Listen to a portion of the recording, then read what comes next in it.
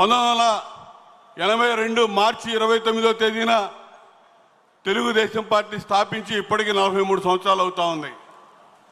ఆ రోజు రాజకీయ పరిస్థితులు, రాజకీయం అంటే సామాన్యుడికి అందుబాటు లేకుండా అదేదో కొంతమంది వర్గాలకే పరిమితమైన అంశంగా ఉన్నటువంటి రోజుల్లో పార్టీని స్థాపించి రాజకీయాలని గొడ్ల దగ్గర ఉండేటువంటి బుడ్డాడికి కూడా రాజకీయాన్ని నేర్పించినటువంటి మహానుభావుడు ఎన్టీ రామారావు గారు.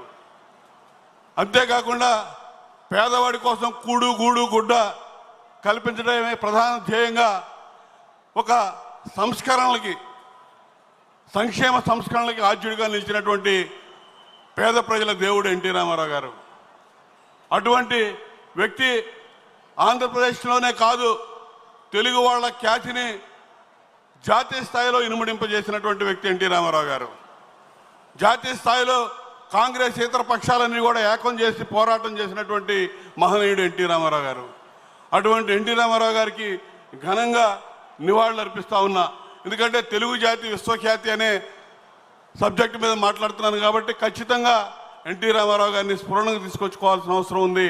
మరి పార్టీ ఖచ్చితంగా మనం తెలుగు జాతి ఉన్నంత వరకు ఎన్టీ రామారావు గారు చిరస్థాయిగా నిలిచిపోతారు అని చెప్పి సందర్భంగా, ఈ వేదిక సందర్భంగా మీకు తెలియజేస్తా ఉన్నా.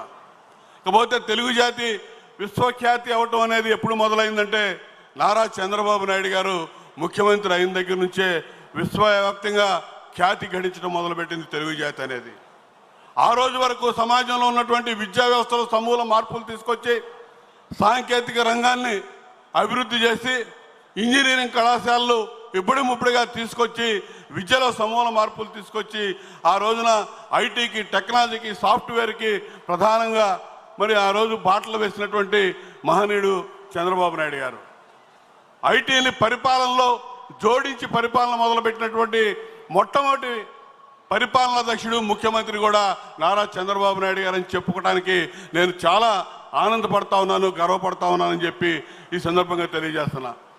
హైదరాబాద్లో ఒక సిలికాన్ వ్యాలీగా తీర్చిదిద్దటం కానీ, అదేవిధంగా హైదరాబాద్లో హైటెక్ సిటీ నిర్మాణం కానీ, మైక్రోసాఫ్ట్, గూగుల్, ఓరాకిల్ వంటి అంతర్జాతీయ కంపెనీలని హైదరాబాద్ తీసుకొచ్చి విశ్వవ్యాప్తంగా ఆ ఖ్యాతిని ఆర్జించడానికి ఇవన్నీ కూడా కారణం అని చెప్పి నేను ఈ సందర్భంగా తెలియజేస్తున్నా.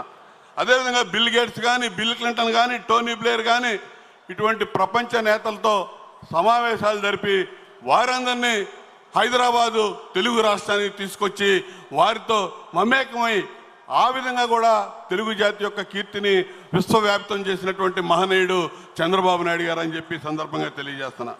ప్రపంచ బ్యాంక్ కానీ, IMF కానీ ఇటువంటి సంస్థలన్నింటినీ కూడా వారికి మరి వారందరితో ప్రశంసలు అందుకొని నూతనమైనటువంటి సంస్కరణలు చేసి వారందరితో ప్రశంసలు అందుకున్నటువంటి వ్యక్తి చంద్రబాబు నాయుడు గారు.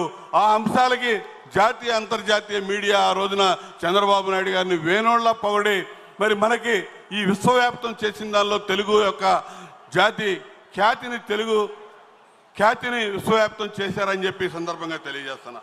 మరి అదేవిధంగా మరి చంద్రబాబు నాయుడు గారు ఎప్పుడు ముఖ్యమంత్రిగా ఉన్నా దావోస్ శిఖరాగ్ర సమావేశాలకు అటెండ్ అవటం కానీ, అక్కడ ప్రపంచ దేశాల్లో వచ్చేటటువంటి పారిశ్రామికవేత్తలతో కలిసి వారికి ఇచ్చే గొప్ప గొప్ప ప్రజెంటేషన్లు, వారిని భారతదేశానికి ముఖ్యంగా ఆంధ్రప్రదేశ్ తీసుకొచ్చి పెట్టుబడులు సాధించడానికి వారిని మెప్పించిన విధానాలు, తద్వారా తెలుగు జాతిని, తెలుగు ఖ్యాతిని విశ్వవ్యాప్తం చేసినటువంటి పరిస్థితులు మనందరం కూడా గుర్తుంచుకోవాల్సిన అవసరం ఉంది.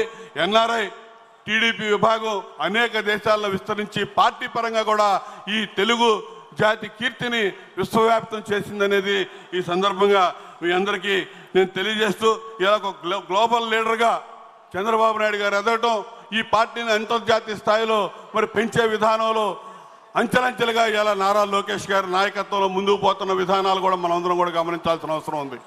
ఎందుకు చెప్తున్నానంటే లక్షలాది మంది ఆ రోజున IT చదువుకున్నటువంటి విద్యార్థులు దేశ విదేశాల్లో స్థిరపడ్డటువంటి భారతీయుల్లో ప్రతి నలుగురిలో ఒకళ్ళు ఆంధ్రప్రదేశ్ నుంచి ఉంటారంటే దానికి కారణం చంద్రబాబు నాయుడు గారు అని చెప్పి చరిత్ర చెప్తా ఉంది. ఈరోజు ప్రజలందరూ చెప్తా ఉన్నారు. చంద్రబాబు నాయుడు గారిని అక్రమంగా అరెస్ట్ చేసి జైల్లో పెడితే దేశ విదేశాల్లో దాదాపు 57 దేశాల నుంచి ప్రతినిధులు అక్కడ జరిగినటువంటి నిరసనలు కానీ, ఉద్యమాలు కానీ ఆ దేశంలో ఉన్నటువంటి తెలుగు వాళ్లే కాకుండా దేశంలో ఉన్నటువంటి ప్రజలందరూ కూడా ఎవరి చంద్రబాబు నాయుడు గారు అని చెప్పి ఆంధ్రప్రదేశ్ వైపు చూసినటువంటి పరిస్థితులు.